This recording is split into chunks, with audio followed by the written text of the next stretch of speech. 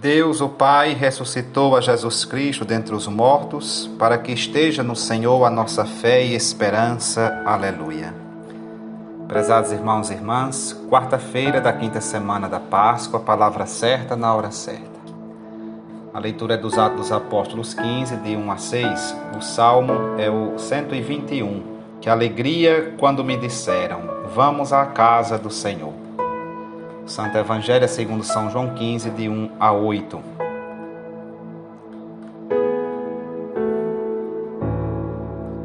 Na primeira leitura, vemos como os apóstolos e os anciãos se reúnem em concílio, uma reunião mais demorada, um grande encontro para tratarem de questões fundamentais da fé,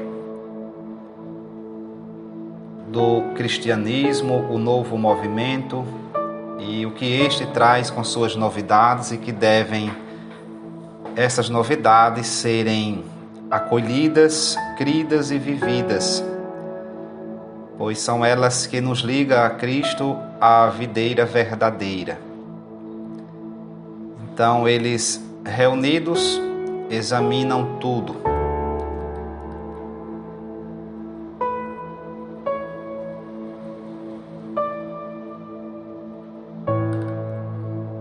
Tanto a leitura quanto o Evangelho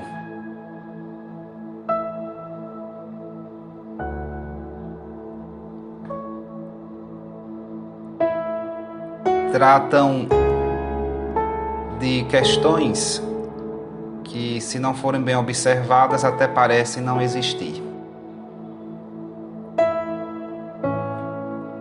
O Santo Evangelho trata da profunda intimidade permanecer em Cristo, para Cristo permanecer em nós.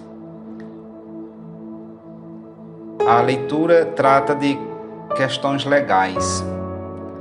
São Paulo com São Barnabé chegam a Jerusalém contando as maravilhas operadas por Deus entre os pagãos, e alguns membros dos fariseus insistem que é preciso circuncidar os pagãos e impor-lhes a observância da lei de Moisés.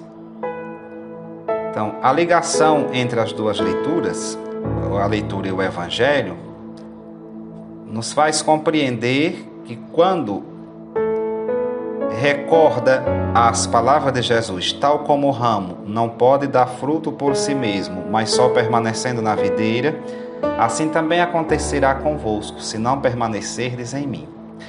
Então, sem Jesus nada se pode fazer, só Ele é o fundamento da nossa vida e não temos o direito de procurar outro fundamento para ela ou de acrescentar a Cristo outra realidade que não seja Ele.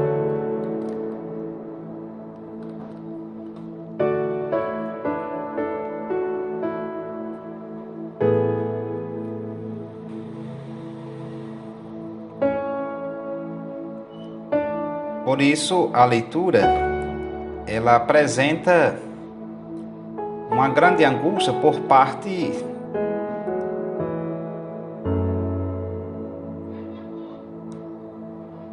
dos membros da comunidade de Jerusalém. E todo esse capítulo 15 é o centro de toda essa obra de São Lucas, os Atos dos Apóstolos, que está aqui em questão justamente a novidade trazida por Jesus, e novidade esta suficiente para a nossa salvação.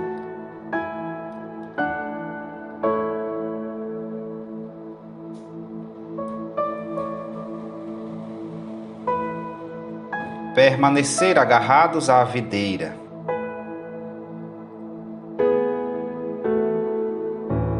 É o nosso dever, e esta videira verdadeira é Jesus.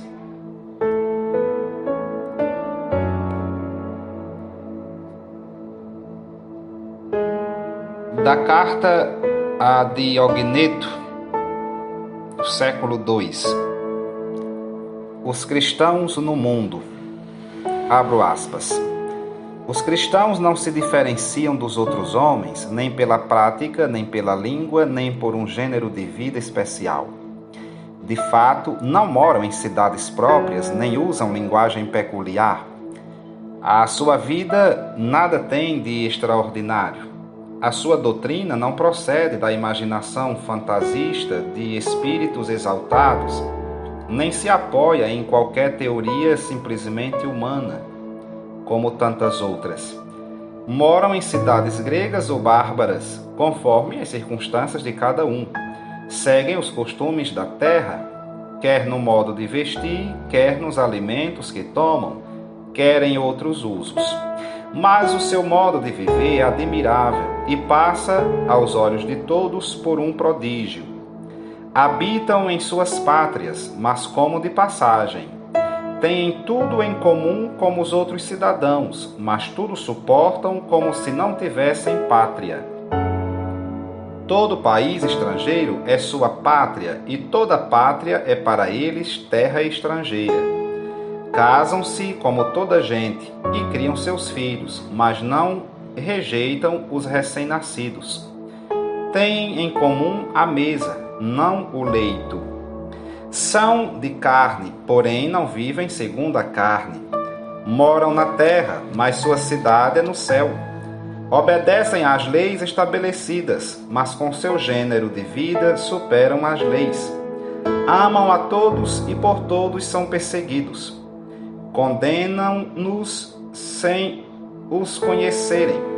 Entregues à morte, dão a vida. São pobres, mas enriquecem a muitos. Tudo lhes falta e vivem na abundância. São desprezados, mas no meio dos opróbrios enchem-se de glória. São caluniados, mas transparece o testemunho de sua justiça. Amaldiçoam-nos e eles abençoam. Sofrem afrontas e pagam com honras. Praticam o bem e são castigados como malfeitores. Ao serem punidos, alegram-se como se lhes dessem a vida. Os judeus fazem-lhes guerra como a estrangeiros, e os pagãos os perseguem. Mas nenhum daqueles que os odeiam sabe dizer a causa do seu ódio. Numa palavra, os cristãos são no mundo o que a alma é no corpo. A alma está em todos os membros do corpo, e os cristãos em todas as cidades do mundo. A alma habita no corpo, mas não provém do corpo. Os cristãos estão no mundo, mas não são do mundo. A alma invisível é guardada num corpo visível. Todos veem os cristãos, pois habitam no mundo, contudo sua piedade é invisível. A carne, sem ser provocada, odeia e combate a alma, só porque lhe impede o gozo dos prazeres. O mundo, sem ter razão para isso, odeia os cristãos precisamente porque se opõem a seus prazeres. A alma ama o corpo e seus membros, mas o corpo odeia a alma. Também os cristãos amam os que os odeiam. Na verdade, a alma está encerrada no corpo, mas é ela que contém o corpo. Os cristãos encontram-se detidos no mundo como numa prisão, mas são eles que abraçam o mundo. A alma imortal habita numa tenda mortal. Os cristãos vivem como peregrinos em moradas corruptíveis, esperando a incorruptibilidade dos céus. A alma aperfeiçoa-se com a mortificação na comida e na bebida.